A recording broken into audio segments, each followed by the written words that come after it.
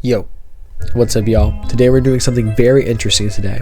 We are writing a Super Mario 64 creepypasta. Now, you may not know this about me, but I actually do have a little bit of a history with writing. I had an indie author website up for a bit. Had a little newsletter going on, doing some writing stuff like that. Wanted to get out there. I had to postpone it because, well, the writing world is very, it's like an investment. You put a lot of money into it, you get a lot of money out. But the good thing with things like creepypastas is anybody can do it. Anybody can write it, anybody can post it, and anybody can see it. So that's what we're going to be working on today. We're going to be writing a Super Mario 64 based creepypasta. I have some ideas going on in my head already, but this video is mainly just going to be us talking, going through it, and then at the end there'll be a dramatic reading of it. Thinking about aiming for maybe around 3,000, 4,000 words, nothing too crazy, something real short, but something that will definitely scar a generation. That's what I'm going for. Something that will be cemented in the creepypasta books, alongside Slenderman, Jeff the Killer, and even newer ones like the Backrooms. That's not really creepypasta, but hey, I mean, back then it would have been, so yeah. So let's get into it. Alright, so we have a blank screen in front of us, and this is our canvas for our writing. So let's get into it. So, the two most important things, right? Well, they're kind of similar, but two big things is going to be the title and the cover that we're going to make for it. The covers, we're going to make it later, but the title is really what really, gets you. Dude, I'm so bad with English. It is a title. So one of the big ideas I have right now is to do something very different and unconventional. If you have seen Mario 64 and a lot of things like that, there's a lot of creepy things about it that people have created or pointed out about the game, how the game feels very liminal, to use a modern word, and also things like the Wario apparitions, very specific things like that. I'm going to try and stay away from all those things as much as possible, because even though those are things we're familiar with and we can latch on as a reader, I think it'd be even scarier if there was something completely different, because then you get the unfamiliarity and you're like, oh my god, what is this? What is going on? I don't know. I'm not used to this. So I want to prey on something that people don't really talk about the game that much, people stay away from, something that really is intriguing. And also that's very easily digestible for people who don't know much about Mario 64 as well. I want to try to hit as many corners of the creepypasta fan base readers as much as I can with this writing. I did not end up doing that. That's what I want to try and go for. That's my idea right now. So in terms of a title, I'm thinking about also having the story maybe being a bit more silly. A bit more silly things also. I think having a little bit of comedy to it, even when the story is trying to take itself seriously, I think having comedy makes people latch onto it, especially since people don't really take creepypastas too seriously. I know, sorry to the hardcore creepypasta fans out there, but honestly, compared to how it used to be, it's a bit lower in terms of popularity. But I think really like having that kind of be a thing to latch onto as well, because truth be told, most people who read this are not going to be pissing themselves and shaking in their boots. They're going to be wanting to read something that's kind of entertaining. So I think also having it be a bit funny. So I'm probably going to name it My Date. Oh, that's not how you spell date. With Mario. My Date with Mario. I think that's very intriguing because you think of it kind of romantically, like, oh my god, am I gonna like make the third base with Mario? But it's just My Date with Mario for right now. So I fixed the title with proper capitalization and also added a little heart next to it because I think that's cute. Also adds more like oh my god, is this romantic? Is this, smut? Or is this scary? You can't tell the difference, honestly. Another idea I had is it's gonna be in a first person's perspective. They're going to be recounting a tale where they had a date with Mario. So yeah, let's get into writing a little bit. Instead of me yapping all about it, let's write some and then we'll talk about it. Alright, so I have this little bit written down so far as like the beginning. Today I am writing about an account with the game Mario 64 I had a while back while practicing some speedrun tricks.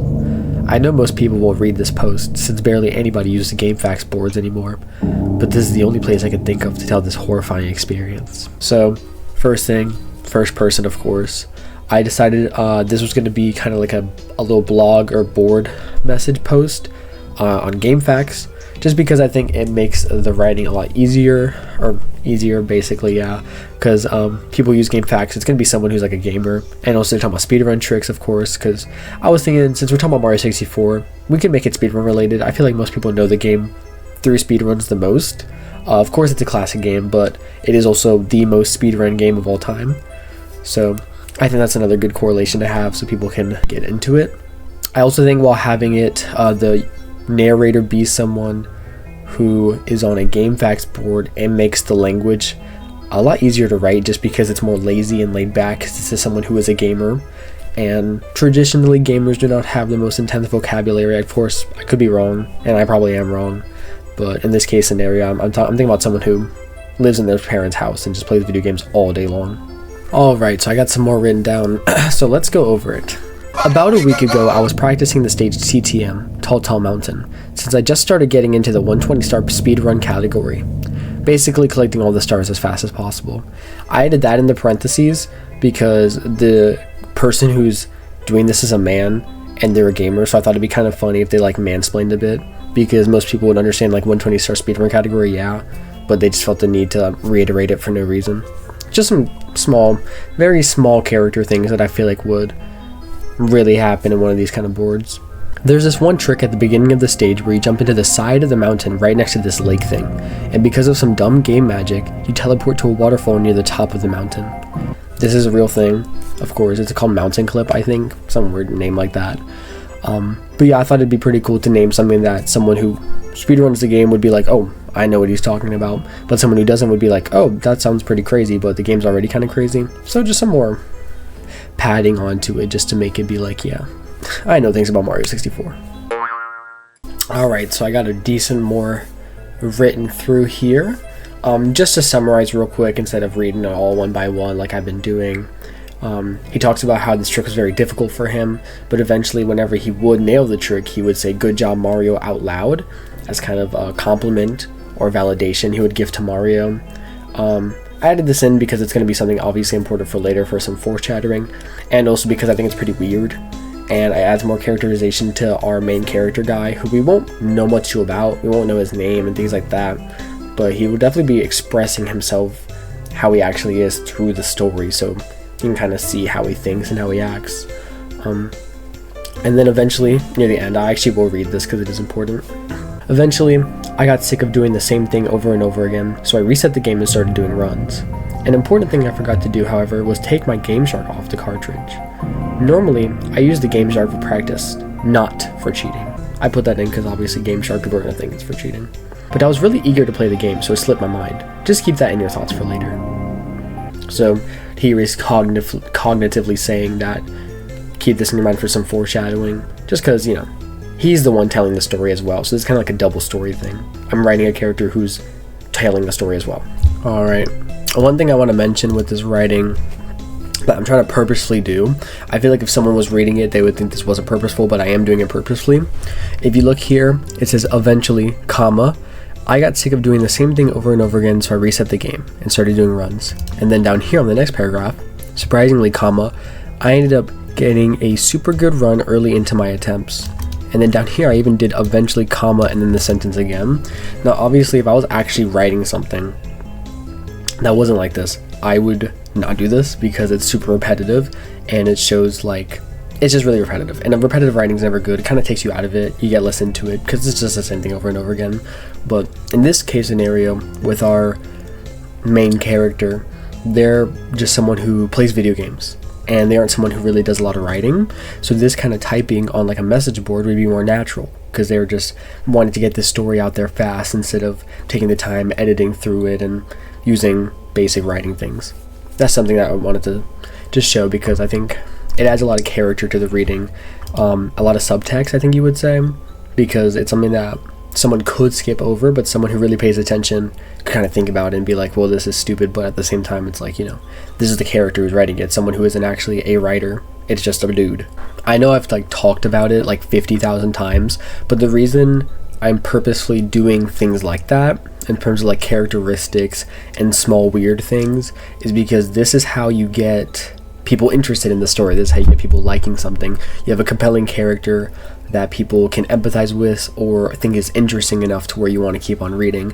Now, obviously, this is really small stuff, and realistically, someone could still read this and think, oh, I don't like this, this is bad, I don't want to read this.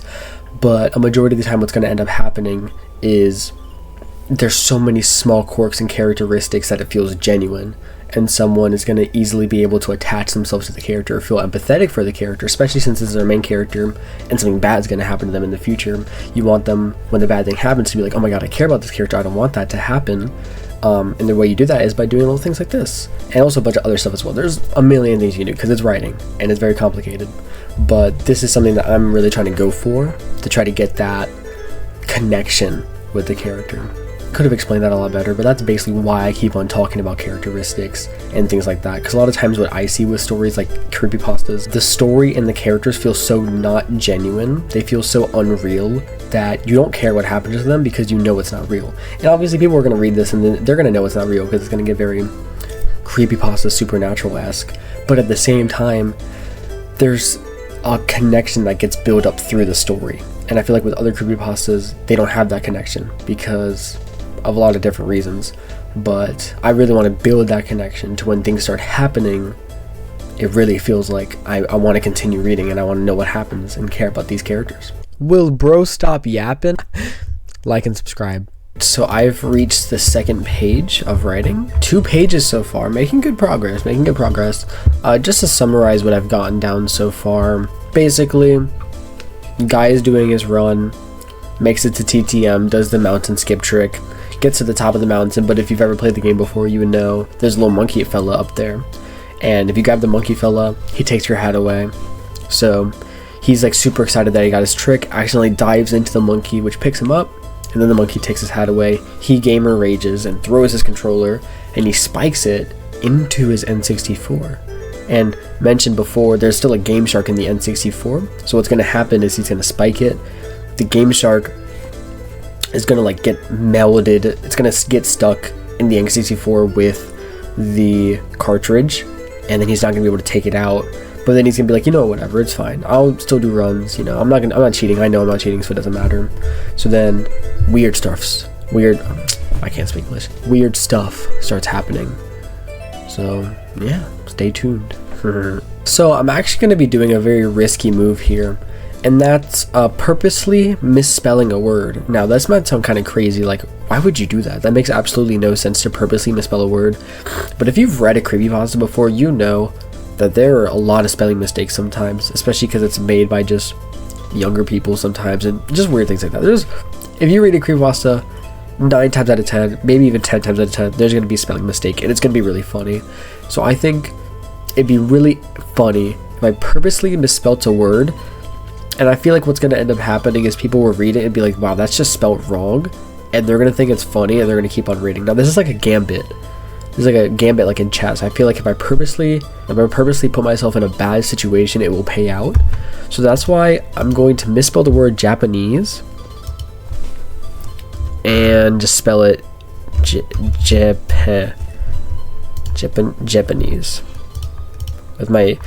So the sentence was, you know, N64s are stupid expensive, and especially with my Japanese copy of Mario 64, but I'm purposely misspelling it. N64s are super expensive, and especially with my Japanese copy of Mario 64. I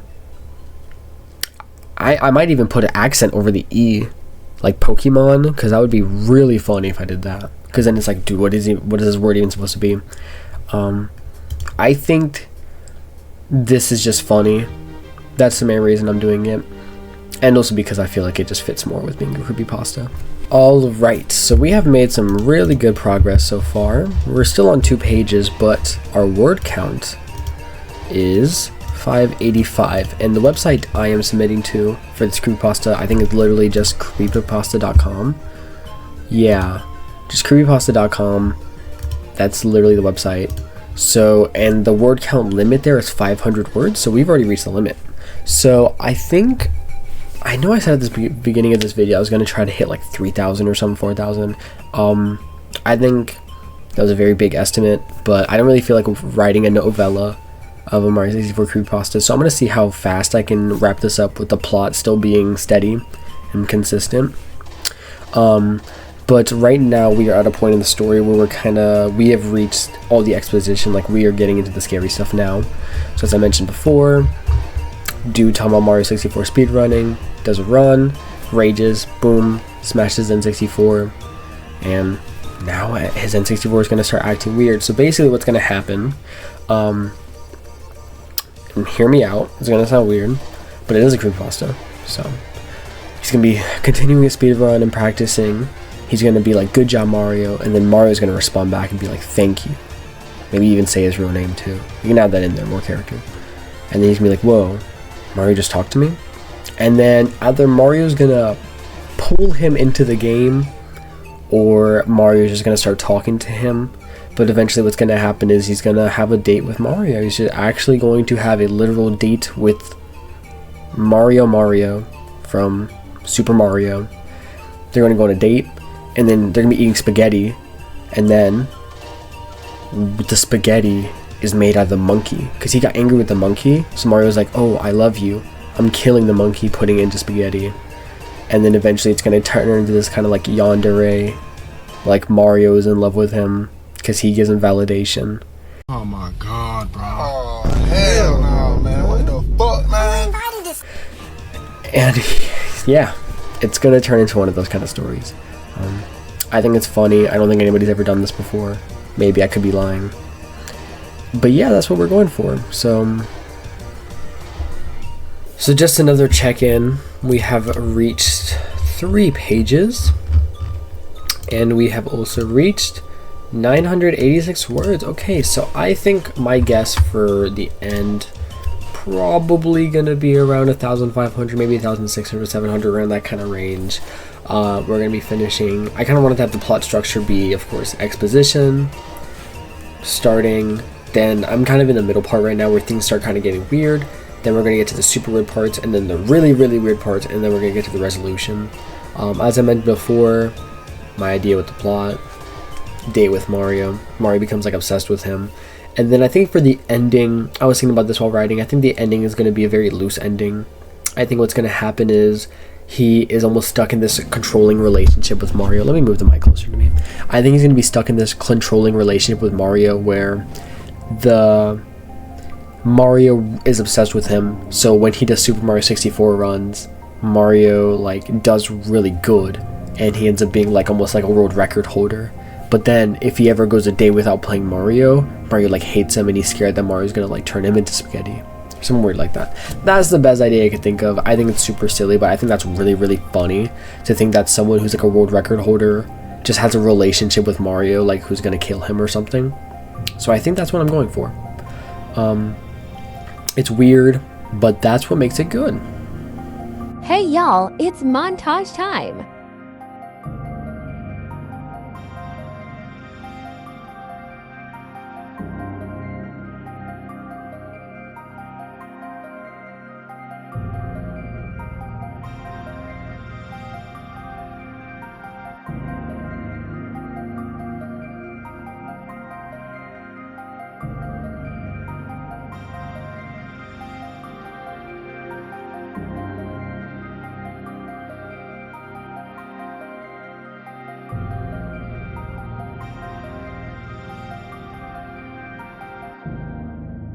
So, kind of on accident, this turned way more into something funny. I was expecting it to be a bit more serious, but honestly, I think I'm okay with it being a bit more funny, honestly. Makes it a bit more timeless. I don't want it to seem like I'm joking too much, though. I want it to feel like it's real. So I may go back and change some stuff to make it feel more realistic. It's not realistic. That's the hard thing with this, trying to make it feel realistic. I think there's a line, and this is the line. I'm like above here. Like you can't even see it. I'm definitely way above it. But I might keep it that way too. I don't know. I'm decisive, but we'll continue. We'll continue and see what's up. Hey y'all, it's montage time again.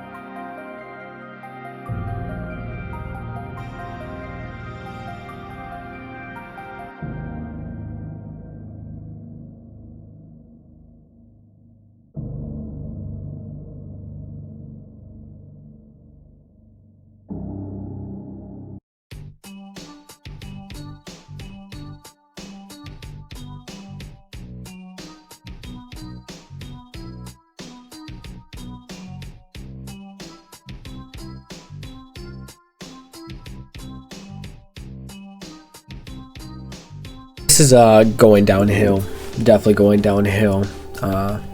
For some reason I just let the writing god take over me, and Mario is a flirt. Mario is a flirt. But that's just how it is sometimes, you know. And I'm gonna keep it. I'm not gonna edit this at all. I think I made the decision. What I've written came from some subconscious in my brain, and I don't want to tarnish it. I want to leave it in this pure, unedited state. All right, y'all. Happy to say that I have finished. I have 5 pages of this. My date with Mario. I've completed it. I wish I could make it better, but as I said to myself, I think I'm just going to leave this in this pure state. Not going to fix any spelling mistakes, grammar mistakes, nothing. I think I'm just going to leave it like this. I think it's funny. I don't think it's scary at all whatsoever, but I think it's interesting, and I think that's what matters. That's the thing I noticed with creepypastas, is a lot of times they're not really that scary, but they're very interesting, and they make you think, what if I was in this situation? And I think this is what this really does well. So yeah, how many words do we have now? I wonder if my guess was correct. 1,891. So I was actually a bit under, but there we go. I think that's a good amount of words. All right, now it's time for the cover creation. I don't know what size this should be. I don't know if it should be standard book cover, but I'm gonna be lazy. This is Canva, and I'm gonna make something real quick. So here's a little montage of that.